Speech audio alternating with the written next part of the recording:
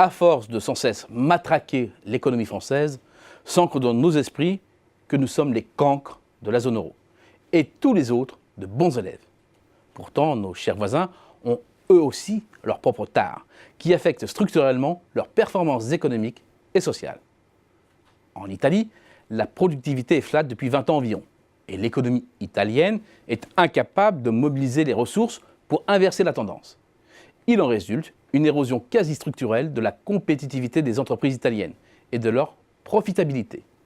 La faiblesse des profits conduit directement à celle de l'investissement productif qui, en 2017, restait inférieur de 20% à son pic de 2007.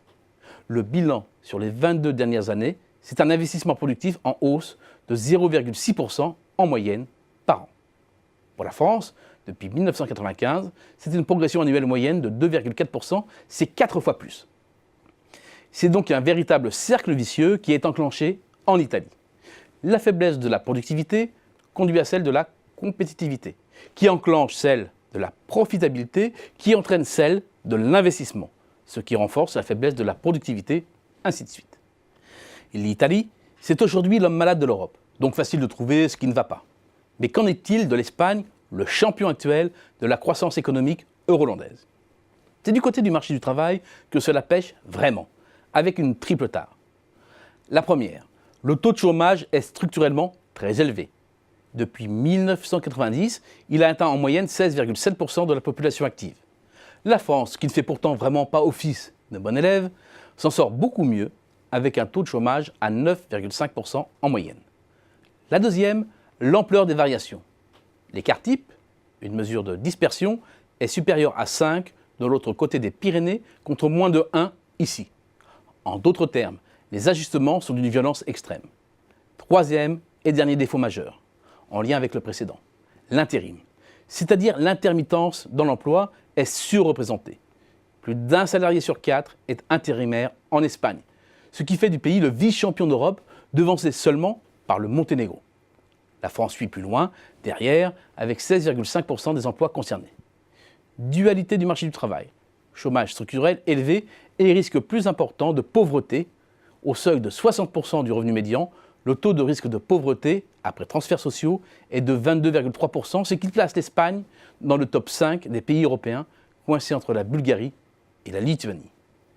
Nombre important de petites entreprises, peu productives, paysage politique morcelé sont autant d'autres points faibles. Mais même l'Allemagne a aussi sa part d'ombre. La première, c'est son vieillissement démographique. L'immigration peut bien sûr être une réponse.